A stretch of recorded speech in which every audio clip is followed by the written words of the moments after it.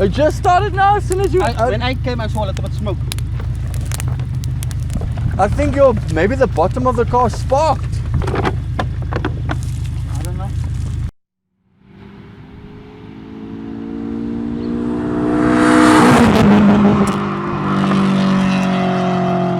Thank you for tuning into Love for Gasoline. Today we have the Honda Ballade 180i from 1994.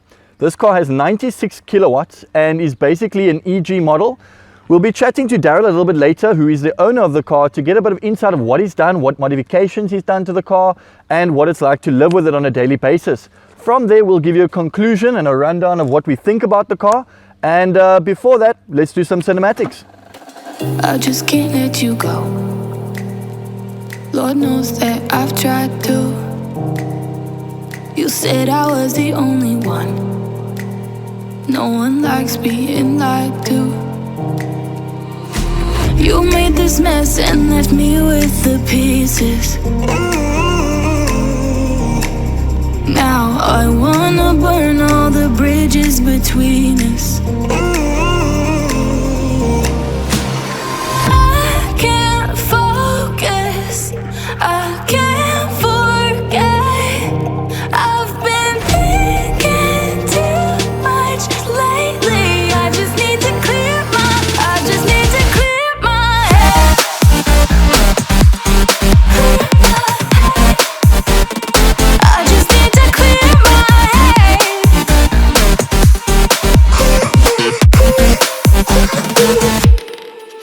I've been stuck on your memory, but it's not that.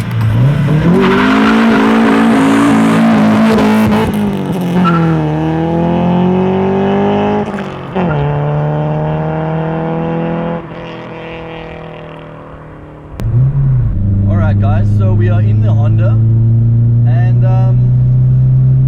I've got to say the car isn't that powerful, but it's quite dramatic. So the car does have sleeves, which is adjustable, which is quite cool. The only thing is that when you're going over the bumps heavy, I think that it scratches on the floor a lot, but again it is just adjustable, so you can obviously set it a bit higher. We just set it a bit low because obviously we did the cinematics and I wanted the car to look good. But I actually watched Daryl and it took him about 15 minutes and he's able to easily adjust this thing.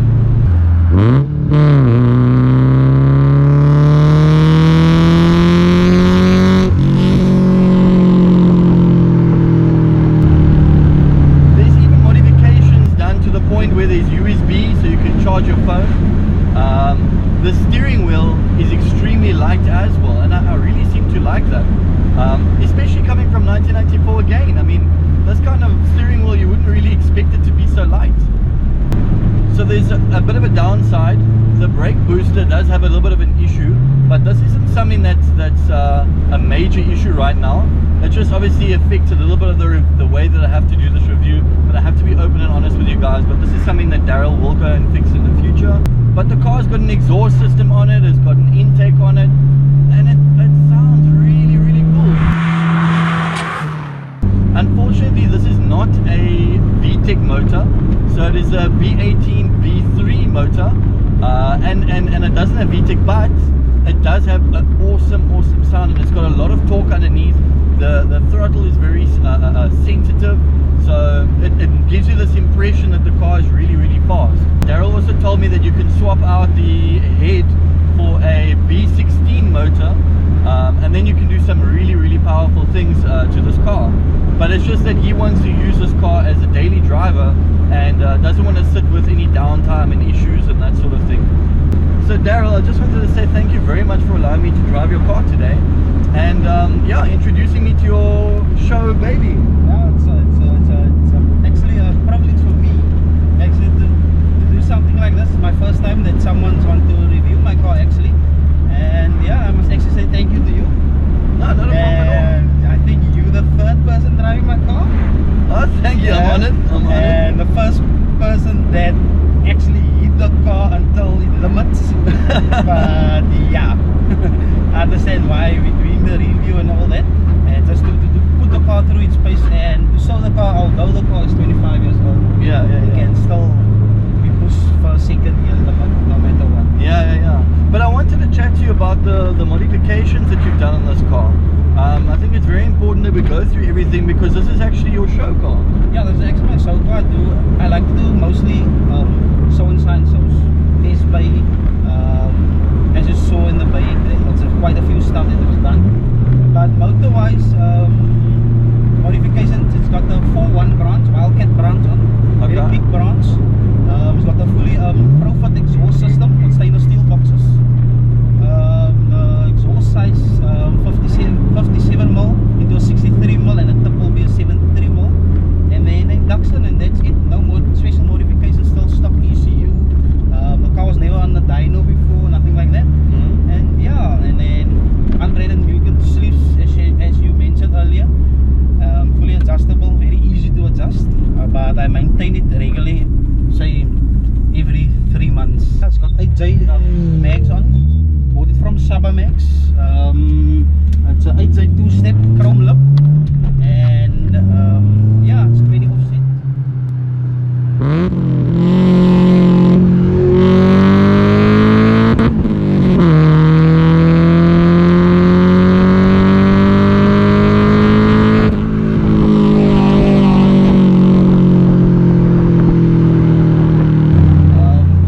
Sunroof was put in by Webasto in Biao, say probably 2 years, almost 2 years ago.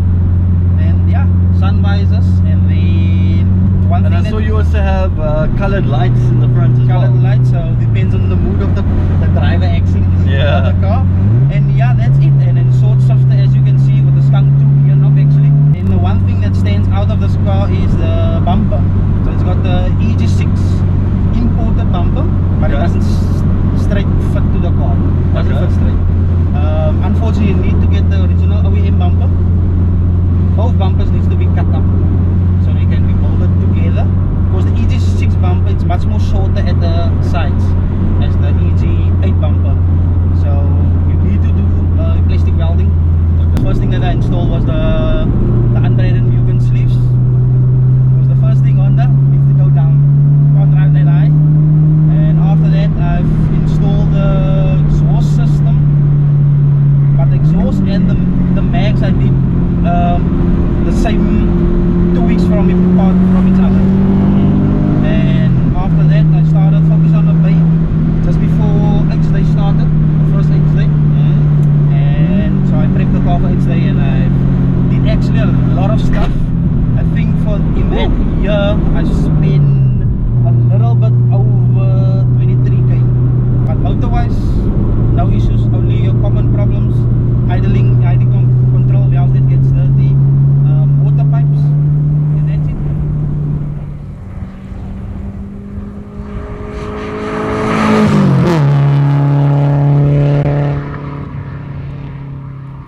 Yeah, look, I think at the end of the day we are treating the car a little bit hard today, so I am putting a lot of pressure on Daryl's car.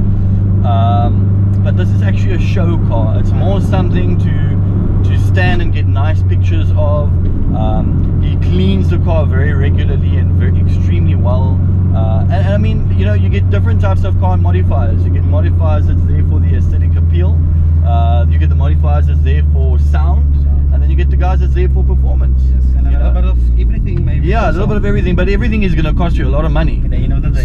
So yeah, I mean, if you start off with an aesthetic appeal, if I said the word right, then you know that's your thing. I'm sure at the end of the day, if you had tons of cash, you would go for everything. Yeah, everything. But yeah, at the end of the day, we need to budget, we need to do it, we need to make the build over time. So where he is right now, over 4 years, is more than what I've done.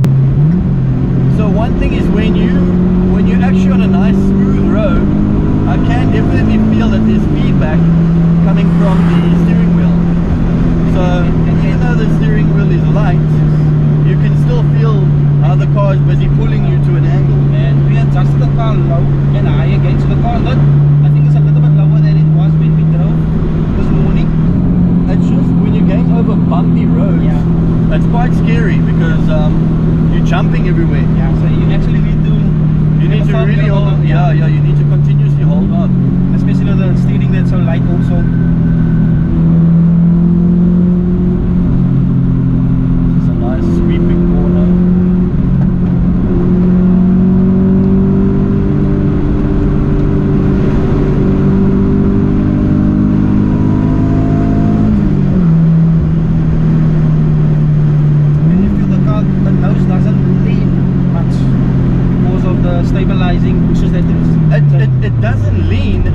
kind of makes me wonder where is the limit of you know, I mean, it's obviously not my car, so I can't end up pushing it right to the limit. But at the speeds that we're driving as well, you know, a lot can go wrong if you want to go past that limit. So I think that's kind of good enough for me. And suspension is tough, so maybe it can handle that. And you know, we've got AJs on the car, straight tires, so it isn't made for doing that. What we did now. But as you can see, it's stable. You see, you need to be so careful over these bumps. That's part of low life. Yeah. Unfortunately. So I think you sitting on a platform that basically has a motor that has potential to become something that a lot of people know. A lot of people in Cape Town as well have done so many modifications to this car that like these kind of things come so easy. But as long as it doesn't give me any problems for now, I don't think I'll scratch. Well, I've been beating on this car for quite the day now. Yes, and she's coping. You can smell she's been working, but she's coping.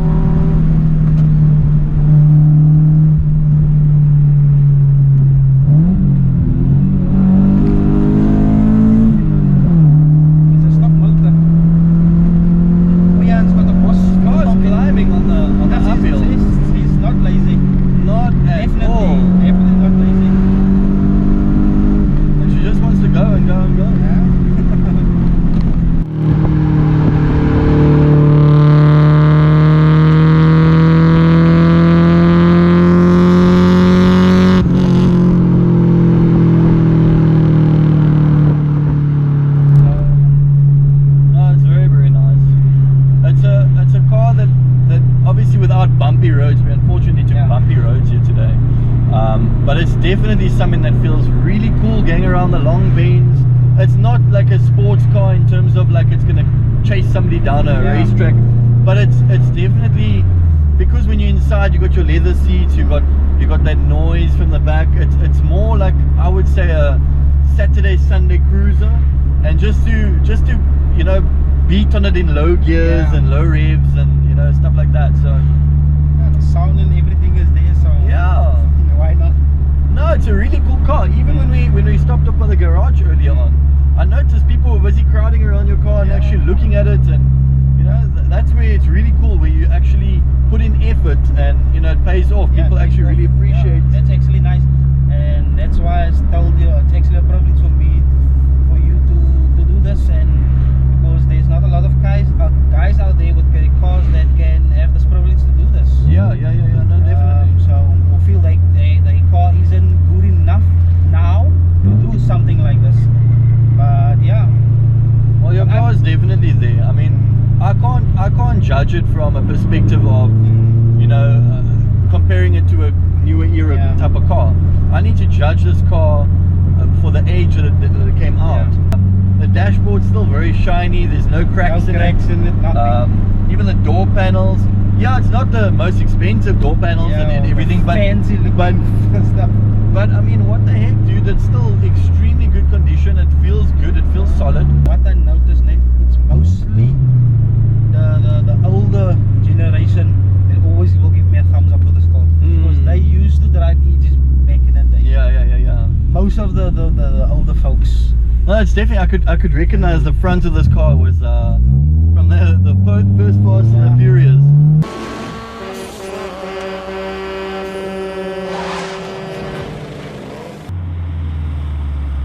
But what a car. I think the amount of work that was done onto this car is really, really nice. It's good to see somebody that actually looks after their car and doesn't let this car go down the drain. A lot of other people, and no offense to them or anything, but a lot of other people have really let these cars go completely down, especially because there's a lot of issues, for example, with rusting on the car. A lot of people don't end up attending to that. So this car does have a rust mark on the back area by the where you put the petrol in. However, Daryl is going to be fixing that up in February. Yeah. So these kind of things you obviously have to always you know, attack as soon as you can. He also basically has this little box that I saw in the front. It's called a corrosion something, whatever. But basically it connects into your car and it puts electricity through the bodywork so that it can help prevent corrosion.